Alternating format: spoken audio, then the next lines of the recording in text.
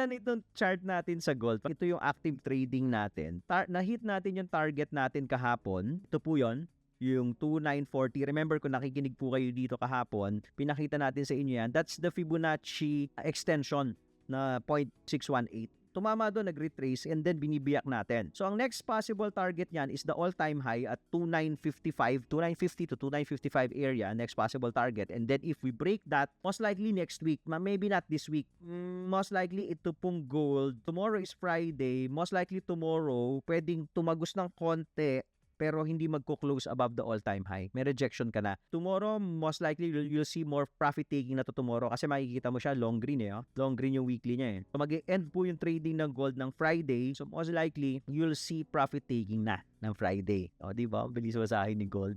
Hindi ko ina-expect na this week, be-break niya to, yung all-time high niya. Let's see kung next week, kung makakabuelo ulit siya ng maganda at babasagin niya yan, we will target yung 2978 muna. So, sa ngayon, yan po muna ha. Okay, depende pa sa gagawin niya ng mga candles, ng pormahan ng mga retracement kasi pwede nating maiba pa yung target na yan. Depende pa sa gagawin ng price ng gold. But for the meantime, we are expecting possible na ipipierce ng konti, hatakin ng konti dun sa all-time high, magtatrap, magli-liquidate, okay, magtatrap dyan, tapos correct na to bukas. So be careful tomorrow. Kasi ngayon to, medyo paakyat pa to hanggang bukas na siguro ng umaga, hanggang Europe session. Pagdating ng New York, marami na yan magte-take profit.